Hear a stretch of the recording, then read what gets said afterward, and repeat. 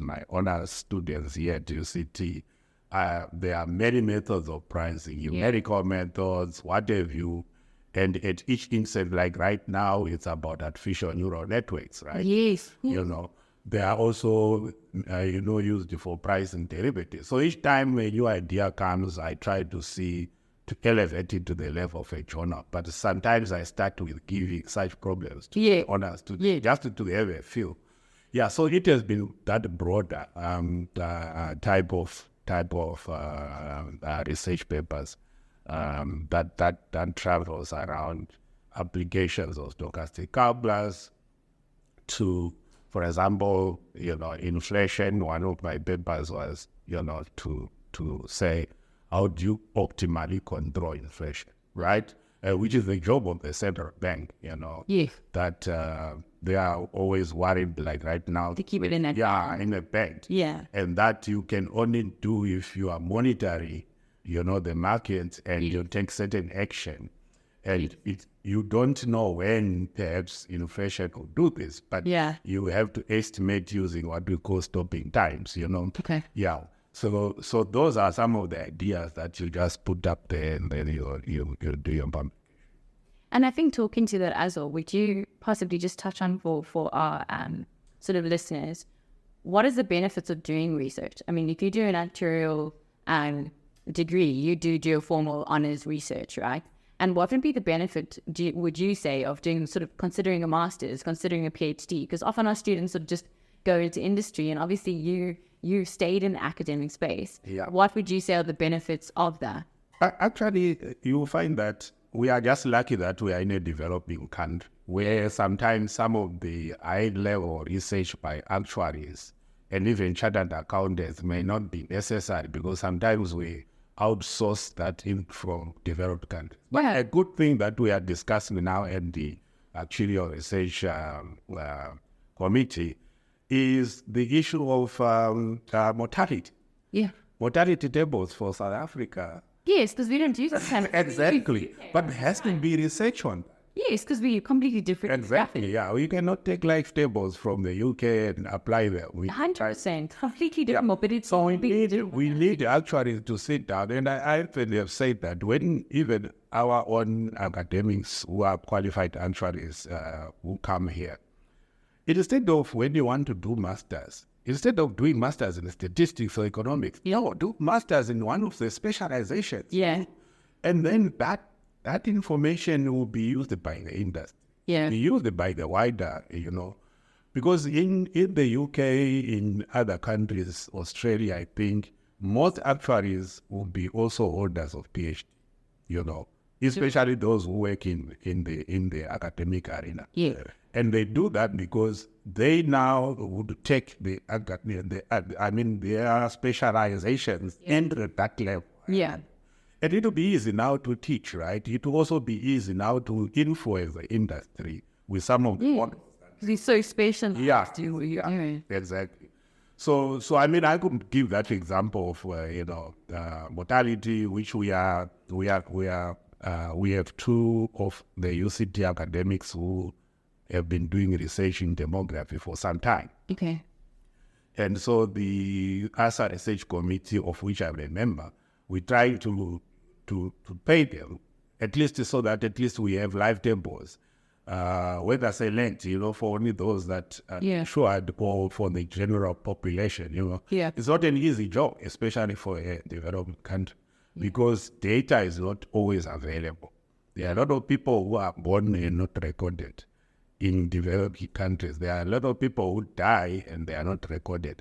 And there is this private healthcare system and public health. Yes, it is all this space and barriers. So they don't speak to each other, kept from sharing data. Silos. That. So if now you're a researcher who want to do good models, like modality models, it's a challenge. Yeah. First of all, they may not even give you the data.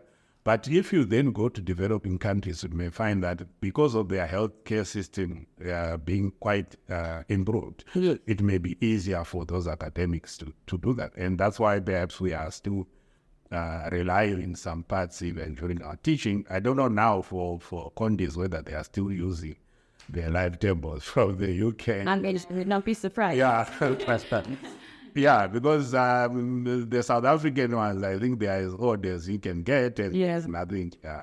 Yeah. And I mean, you've mentioned a couple of words. I'm just thinking about our audience, if some of them aren't exposed to actuarial science. You've mentioned the word demography.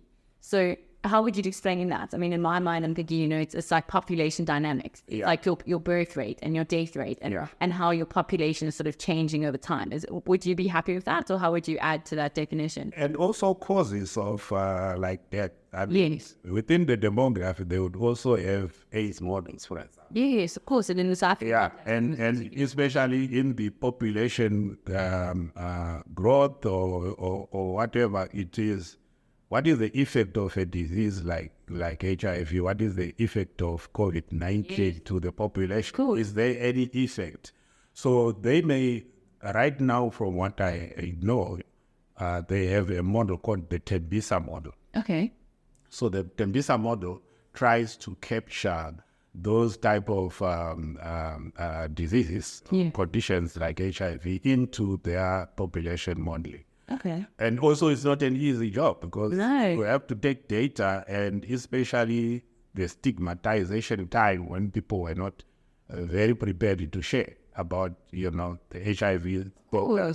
Or even COVID-19, people were not prepared to share that data. Yeah. And so, but then in doing that, so yes, demography would encompass, the population dynamics, but also some of the issues of even mortality itself. I mean, they also look at that. Yeah. To say to the rate at which, for example, or fertility. I mean, there have got many things thrown in there. What is the chance that, young girls are having children at certain ages, and then because it does affect, the growth of the population if there is infant,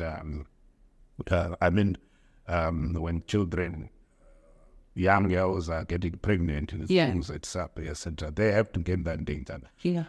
Migration as well, it's incorporated. Think about that. Obviously, people coming. Coming. Yes, it does change, and that is usually not a planned variable. So when they are doing their modeling, they have to factor that. Yes. There's no way you can say tomorrow we know that 10 people. It would be lovely if we could do like a financial math. It would be good for planning because the healthcare system will be choking if people from neighboring countries come. I think you may have read that about some of the stories that came from the northern province. It's called by migration. People come. So they also factor such variables with it. Their models. I think something I would like to let's get a little bit practical and down to some of your teaching roots is, if you are a student now approaching financial maths and, thinking of doing Conties and FinEcos, what would be your sort of advice to them in building up that proficiency? Because, you've spoken about how students see these as silos and that sort of thing, but what would be, given your extensive experience, would be your sort of advice to students building up that understanding? Yeah, so what I have said to students is that learning, especially practical subjects, aside that you need to practice. The advantage we have is, if you look at the board of exams, SIS and board of exams, they put their past papers there for you to practice, not to memorize. The problem with our students is they want to memorize without understanding. So for me, if you understand the idea behind FinMath, believe you me, it will be easy to understand the idea now when you come to Conties, etc. Not to memorize, and that memorization, which they normally come, if you, even now as I teach, if you give them a question, they are more worried about, can you give me the answer? So that they study the answer to that question. But that's not learning, So they have to make sure that they understand, they study to understand. When you do that, it's easy then to connect the dots as you climb up the ladder. And it is practice. With the Institute and Faculty of Actuaries website, you can get 10 years of past papers to practice. They have the solutions, which students will always, sometimes for FinMath, they say the questions are simple.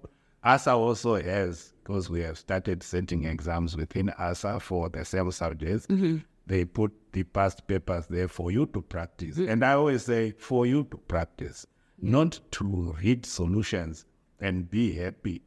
I also tell them that, you see, even when you are consulting, I would wish that a student says, I attempted this question, right? Yeah. And I got lost there. Yeah. Not just to say, can you solve for me question number 5? Yeah. Yes, I can solve it for you. You are happy you saw the answer is 2.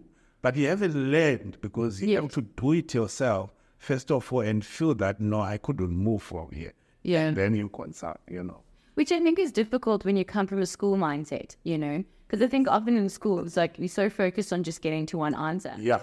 And I think as an actuary, something I realize is because you're dealing with uncertainty, often there's a spectrum to an answer, right? Like it's in an interval. Your answer could be, could be 10, but it could also be 8. Exactly. And I think depending on scenario. Exactly. Yeah. And I think that's a very difficult thing for a student to understand when you come out of school. Because it's like when you do a question, this is your answer and this is your only answer. Yeah. And I think that's also, to get comfortable with the uncertainty is probably something that you need. But I think that should be our job as educators. You see, our job should be to try and point such issues to say, don't look at life as, even, among the chapters within one subject, they don't want to connect chapter 1 to chapter 2. Yeah.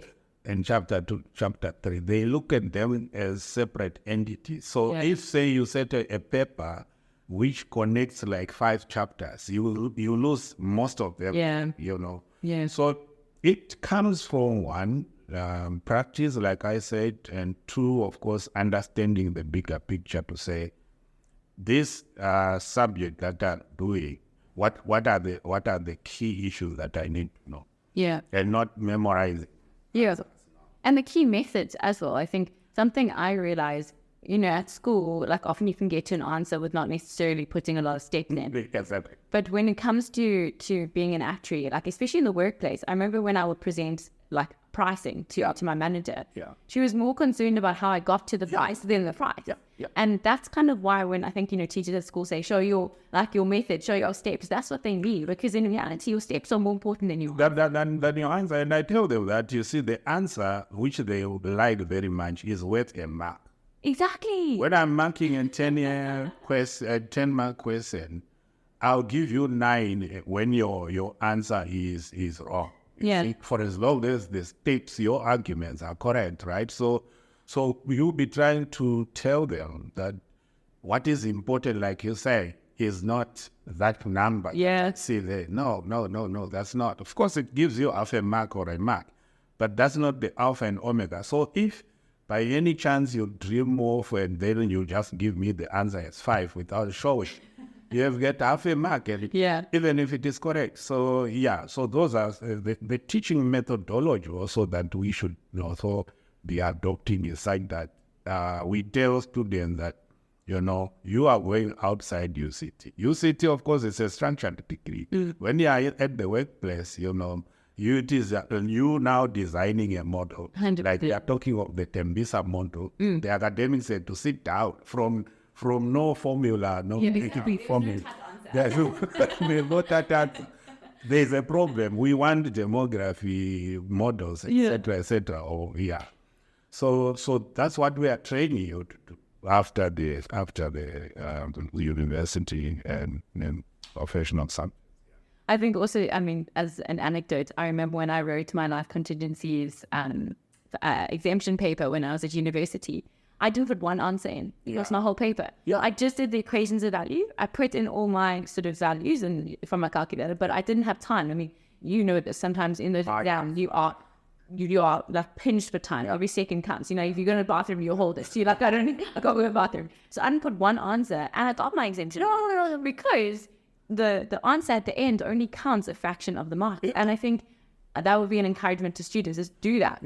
Like your methodology is more important. It's more important. And how you get it, how you get your answer, it helps you. We are training you then to the workplace where no one is going to give you a formula for something. You'll be lucky to do that, like you were saying, that you have to work out a pricing Yeah. and design that price report, because